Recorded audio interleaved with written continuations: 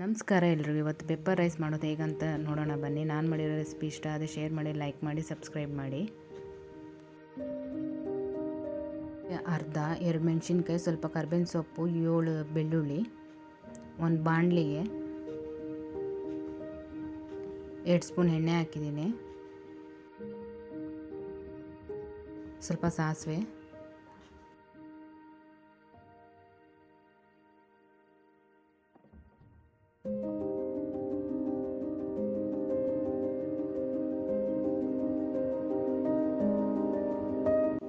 ಕಡಲೆಬೇಳೆ ಹಾಕ್ತಾಯಿದ್ದೀನಿ. ಈಗ ಚೆನ್ನಾಗಿ ಫ್ರೈ ಮಾಡ್ಕೊಳ್ಬೇಕು. ಅದಕ್ಕೆ ಒಣಗಿನ ಮೆಣಸಿನ್ಕಾಯಿ ಹಾಕ್ತಾಯಿದ್ದೀನಿ 2.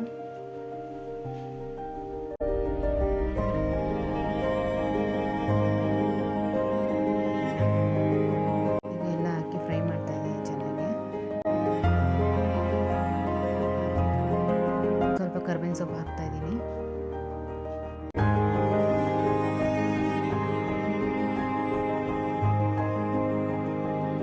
ಜಜ್ಜಿಟ್ಕೊಂಡು ಹಾಕ್ತಾ ಇದ್ದೀನಿ.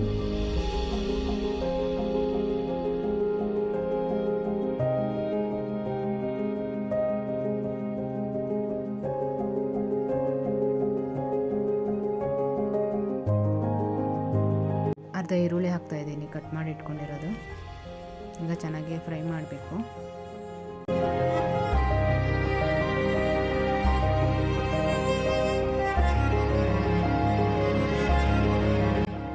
ರುಚಿಗೆ ತಕ್ಕಷ್ಟು ಉಪ್ಪು,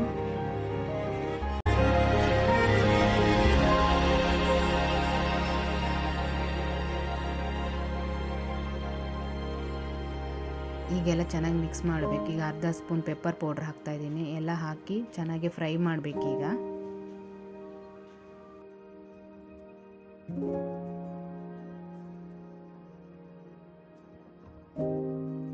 ಈಗ ರೆಡಿಯಾಗಿದೆ. ಇದಕ್ಕೆ ರೈಸ್ ಮಿಕ್ಸ್ ಮಾಡ್ತಾ ಇದ್ದೀನಿ.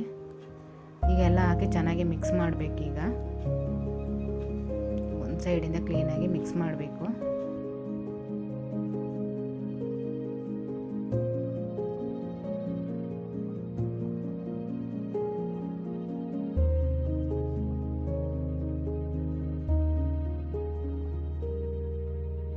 ಪೆಪ್ಪರ್ ರೈಸ್ ರೆಡಿಯಾಗಿದೆ. ಇದಕ್ಕೆ ಸ್ವಲ್ಪ ಕಟ್ ಮಾಡಿ ಇಟ್ಕೊಂಡು ಕೊತ್ತಂಬರಿ ಹಾಕ್ತಾಯಿದ್ದೀನಿ. ಚೆನ್ನಾಗಿ ಮಿಕ್ಸ್ ಮಾಡಬೇಕು. ಈಗ ಪೆಪ್ಪರ್ ರೈಸ್ ರೆಡಿ. ಮಕ್ಕಳಿಗೆ ಲಂಚ್ ಬಾಕ್ಸ್ ರೆಸಿಪಿ ಇದು. ಬೇಗ 5ರಿಂದ 10 ನಿಮಿಷದಲ್ಲಿ ಒಳಗಡೆ ಮಾಡಿಬಿಡ್ಬೋದು. ಚೆನ್ನಾಗಿರುತ್ತೆ. ನಾನು ಮಾಡಿರೋ ರೆಸಿಪಿ ಇಷ್ಟ ಆದರೆ ಶೇರ್ ಮಾಡಿ, ಲೈಕ್ ಮಾಡಿ, ಸಬ್ಸ್ಕ್ರೈಬ್ ಮಾಡಿ.